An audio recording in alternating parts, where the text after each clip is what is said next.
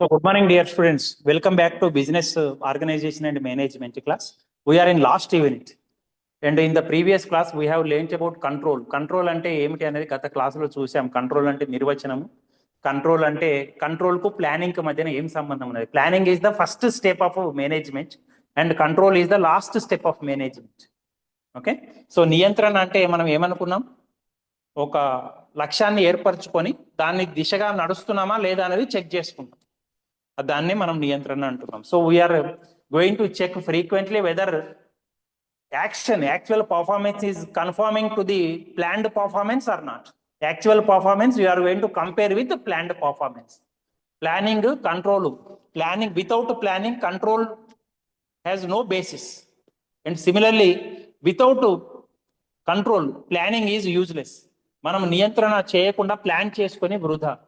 అట్లానే control without planning control is baseless. మనం control చేయదలుచుకుంటే ఏదైనా ఒకటి కంపేర్ చేయడానికి ఉండాలి, ఏమి లేకుండా కంట్రోల్ చేయలేము.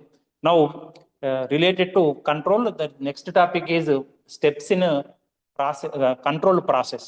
కంట్రోల్లో దశలు ఇవ్వండి. These are the there will be 5 stages in control process. Okay, ఒకటి setting performance standards. First of all you have set standards. మొత్తం ప్రమాణాలను ఏర్పరచడం ఫస్ట్ స్టెప్. అంటే నీ ప్లానింగ్ లో నేను ఇంతకుముందు ఉదాహరణలు చెప్పినట్టుగా నెలలో 100 పెన్నులు ప్రొడ్యూస్ చేయాలి. That is your standard. First stage is setting performance standards. Second one is measurement of actual performance. తర్వాత సెకండ్ స్టేజ్ లో ఏం చేస్తాం, మెజర్ చేస్తాం whether you reached your target or not. నీ లక్ష్యాన్ని చేరుకున్నావా లేదా అని కొలవటమే second stage. That is measurement of actual performance. Third one, what you are going to do, you are going to make a comparison. Actual ఎంత ఉన్నది, standard ఎంత ఉన్నది, you are going to compare. Okay, so comparison of actual performance with standard performance. పోలిక, వాస్తవ ఉత్పత్తితోటి, వాస్తవ నిష్పాదనతోటి, వాస్తవ పనితీరును ప్రామాణిక పనితీరుతోటి పోల్చి చూస్తాం. You are going to compare and analysing deviations. తర్వాత 4వ స్టేజ్ లో you are going to analyse the deviation, whether positive is there or negative is there. ధనాత్మకంగా ఉందా, రుణాత్మకంగా ఉందా, లేదా సమానంగా ఉందా అనేది కూడా చూస్తాం. సమానంగా ఉంటే ప్రోత్సాహం అవసరం లేదు, పనిష్మెంట్ అవసరం లేదు, క్రమశిక్షణ చర్య అవసరం లేదు. ఓకే, అదే పాజిటివ్ గా ఉంటే బోనస్ ఇవ్వాలని ట్రై చేస్తావు, ప్రమోషన్ ఇవ్వాలని ట్రై చేస్తావు, కోరుకున్న ప్లేస్ కు ట్రాన్స్ఫర్ చేయిస్తాం, లేదా ఇంకేమన్నా ఫెసిలిటీస్ ఉంటే కల్పిస్తావు. ఓకే, ఒకవేళ పనిష్మెంట్ అంటే ట్రాన్స్ఫర్, అతనికి ఇష్టం లేని ప్లేస్ లో ఆ వ్యక్తికి ఇష్టం లేని ప్లేస్ కు ట్రాన్స్ఫర్ చేస్తాం, లేదా ప్రమోషన్ కి ఆపోజిట్ డిమోషన్, పై స్థాయికి పంపించకుండా కింది స్థాయికి పంపిస్తాం.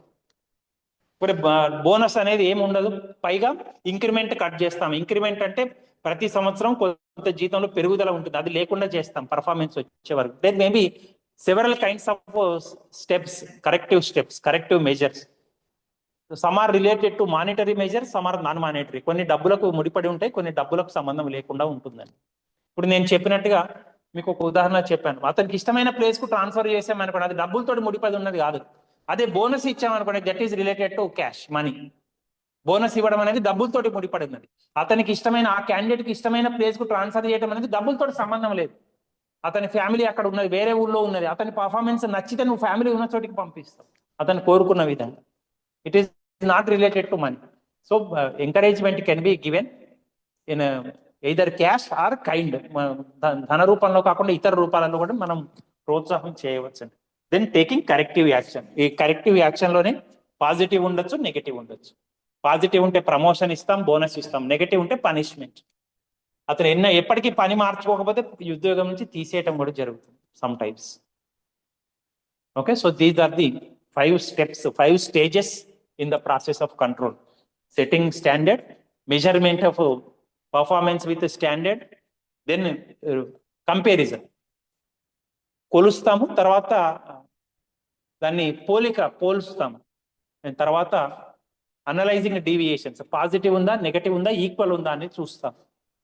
చివరిలో you are going to make corrective measures. ఓకేనా, ఎక్కువ ఉంటే పర్ఫార్మెన్స్, ఎక్కువ ఉంటే బోనస్ ఇవ్వటం, పర్ఫార్మెన్స్ తక్కువ ఉంటే పనిష్మెంట్, ట్రాన్స్ఫర్ కానీ, లేదా రిమూవల్ కానీ, సస్పెన్షన్ కానీ, ఏదైనా ఉండొచ్చు. It may be anything. So these are the 5 steps in the process of control. Okay.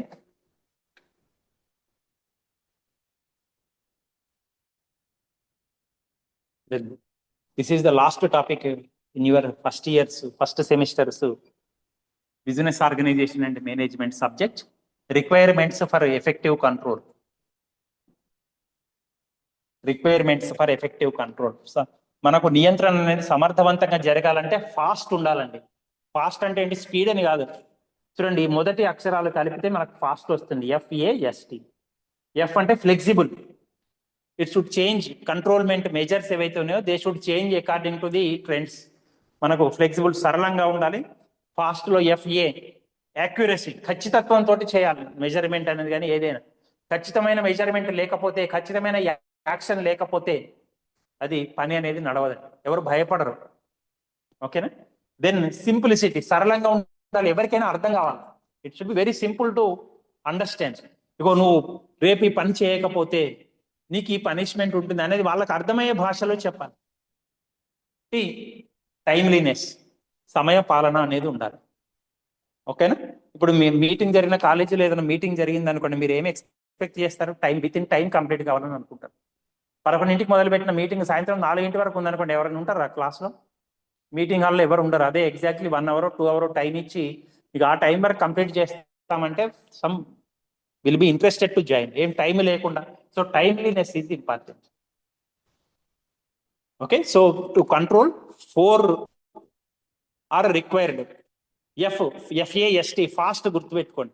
Flexibility, టైంకి అనుకూలంగా మారాలి మన స్టాండర్డ్స్ కానివ్వండి, లేకపోతే మనము తీసుకునే కరెక్టివ్ మెజర్స్ కానీ, they should be based on the flexibility. They should be changeable, modifiable according to situation. Okay. Then accuracy, కరెక్ట్గా మెజర్మెంట్ చర్యలు కానివ్వండి, తీసుకునే చర్యలు కానివ్వండి, తీసుకునే బెనిఫిట్స్ కానివ్వండి, ఇచ్చే బెనిఫిట్స్ కానివ్వండి, they should be very accurate, exactly చెప్పాలి. సింప్లిసిటీస్, సరళతరంగా ఉండాలి. ఎవరికైనా అర్థం కావాలి. Anybody should be able to understand easily. Then timeliness, సమయ పాలన ఉండాలి. ఇంకా టీ కింద ఇంకొకటి కూడా రాసుకోండి, ట్రాన్స్పరెన్సీ ఉండాలి. Transparency spelling is like this, transparency అంటే పారదర్శకత. తెలుగులో పారదర్శకత అంట ట్రాన్స్పరెన్సీ.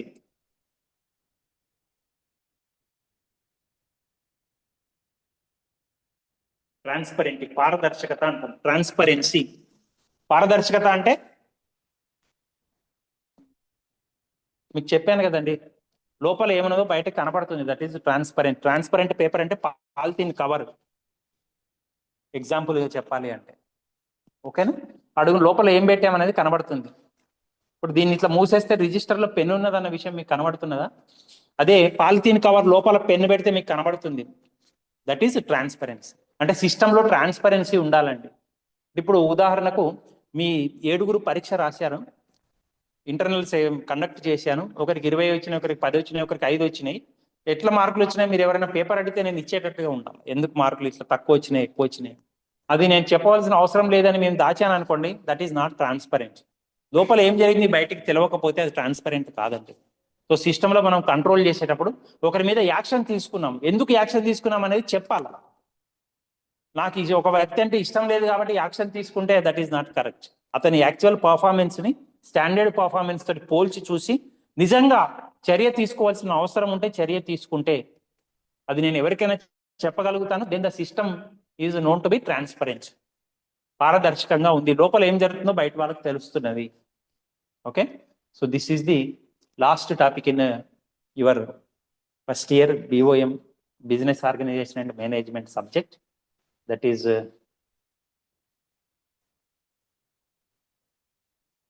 About control.